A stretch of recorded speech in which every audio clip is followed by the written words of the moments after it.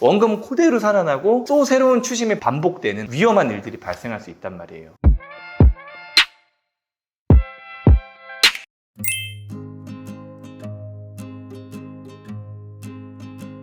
안녕하세요, 김민성 변호사입니다.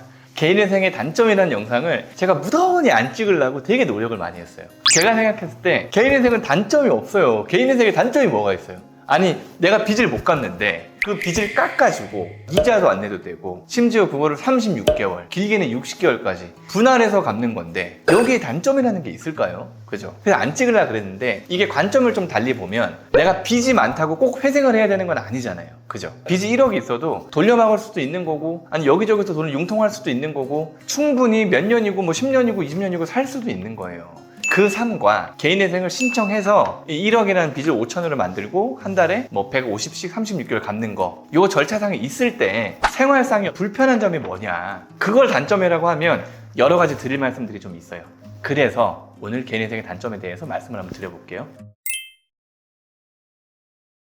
첫 번째, 신용카드, 마이너스 통장, 심지어는 후불교통카드, 신용으로 일어나는 소위 얘기하는 여신거래는 하나도 안 돼요. 왜? 나는 이미 빚을 안 갚는다라고 법원에 선언을 하고 모든 채권자들한테 야, 미안한데 나 빚 이제 더 이상 못 갚어. 그러니까 내가 회생 절차를 통해서 변제계획안을 짜고 변제계획안대로만 갚을게. 그리고 못 갚는 거는 미안한데 좀 빼줘. 이거잖아요. 빚을 제대로 안 갚는다는 사람한테 누가 신용으로 돈을 빌려주겠어요? 그죠? 아, 빌려줬는데 못 받았는데 누가 빌려줘요? 또 바보도 아니고. 그래서 신용카드라든가 아니면 대출이라든가 마이너스 통장 하나도 못 쓴다. 아시겠죠?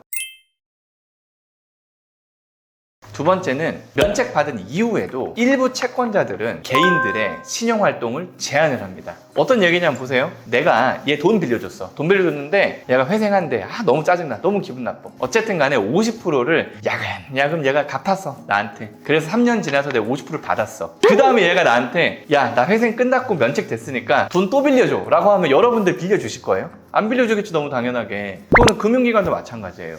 그죠? 그렇기 때문에 이 채권자 목록 상에 기재되었던 채권자들은 회생이 끝난 이후에도 돈을 안 빌려줄 가능성이 높아요. 신용활동에 제한이 있을 수 있어요. 아시겠죠? 세 번째 같은 경우는 최저생계비로만 살아야 되는 거예요. 회생제도가 뭐예요? 내가 예를 들어 한 달에 235만 원을 벌고 결혼도 안 하고 추가 생계비 인정될 게 아무것도 없어. 그러면 나는 최저생계비 24년 기준으로 135만 원, 그러면 235만 원에서 135만 원을 빼고 100만 원씩 36개월을 갚는 거예요. 3,600만 원을. 내가 빚이 1억이든 2억이든 3억이든 상관없어요. 못 갚는 돈은 빼주겠죠. 다만 내가 135만 원으로 살아야 되니까 그게 되게 힘든 거예요, 생각보다. 여러분들 중에 과소비로 과다채무 잃은 사람도 있을 거고, 아기가 있는 사람도 있을 거고, 부모님 뭐 부양해야 되는 사람도 있을 거고 한데, 그 모든 것들을 반영해주지 않는단 말이에요. 개인회생이라는 건 최저생계비로만 내가 살아야 돼. 내 생활이 엄청 쪼들릴 수밖에 없는 거예요. 그죠? 네 번째 뭐냐면, 요거 되게 현실적인 건데, 예상했었던 피해가 확 발생을 하는 거예요. 회생을 하는 순간 내 채권자들한테 야, 나 더 이상 빚 안 갚을 거야 라고 선포를 하는 거잖아요. 모든 채권의 기한이익이 상실이 되고 카드가 확 못 쓰게 되는 거고, 내 채무에 연대보증을 쓴 사람이 있으면 연대보증인한테 갑자기 추심이 들어가게 되는 거고, 내가 사업자 대출 낼 때 우리 엄마 집, 아니 우리 마누라 집 뭐 이런 식으로 막 했다면 그 집에다가 막 무슨 연대보증인이나 아니면 물상보증인한테 통지가 가고, 이런 많은 전쟁 같은 일들이 발생할 가능성들이 있어요. 대부분 안 그렇겠지만 예상만 했었던 어떤 위험들이 현실화되는 어떤 그런 불편함이 분명히 있어요. 그러면은 이제 엄마고 뭐 배우자고 뭐 막 난리가 나겠죠. 그때는 그런 불편함들이 좀 있어요. 그래서 이게 개인생을 망설이게 되는 어떤 이유이기도 하더라고요.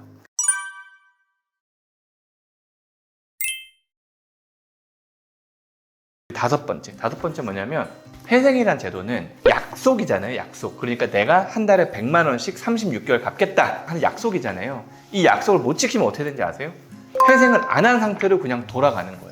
예를 들어 내가 회생 제도를 통하지 않고 누구한테 빚을 야금야금 갖고 있다가 못 갚으면 어떻게 돼요? 이자 뭐 그 정도 해서 좀 미안하다, 좀 더 갚을게 라고 하면서 계속 갚아 나가면 되지만, 회생이란 제도는 법원에서 채권자와 채무자 사이에 어떤 약속을 강제로 체결한 느낌이기 때문에 내가 약속을 못 지키잖아요. 야, 없던 걸로 해 라고 하면서 내가 지금까지 낸 모든 돈들이 채권자한테 이자로 충당이 되고 원금 그대로 살아나고 또 새로운 추심이 반복되는 어떤 그런 위험한 일들이 발생할 수 있단 말이에요. 어쨌든 간에 개인회생을 신청해서 인가된 이후에 면책 신청까지 하시는 분들의 비율이 생각보다 높지가 않아요. 옛날에 60개월이 기본이었을 때는 30%밖에 안 됐다고 그랬어요. 지금은 3년 36개월이 기준이니까 지금 뭐 50%, 60%, 70% 되겠죠. 저희 사무실도 폐진하는 분들보다는 면책 신청하시는 분들이 더 많기는 한데 그것도 또 저희한테 면책 신청해달라고 연락 오시는 분들 보면 또 그렇게 많지도 않아요. 그분들 중간에 다 폐지됐거나 뭐 이랬을 거예요 아마. 그렇기 때문에 이 중간에 포기하면 안 하니만 못한 게 어찌 보면은 개인회생 제도인 거예요. 지금까지 낸 돈들이 채무자 입장에선 아까울 수가 있는 거예요. 구독과 좋아요 눌러주세요. 이 모든 단점을 상쇄할 만큼 이익이 훨씬 많은 게 개인회생 제도긴 합니다. 다만 빚이 많다고 해서 무조건 신청해야 되는 건 아니에요. 젊으신 분들 중에 빚이 뭐 한 3, 4천 정도 된다, 힘들겠지만 야금야금 갚아갈 능력이 있다 라고 하시면 사실 개인회생 제도 추천 안 드려요.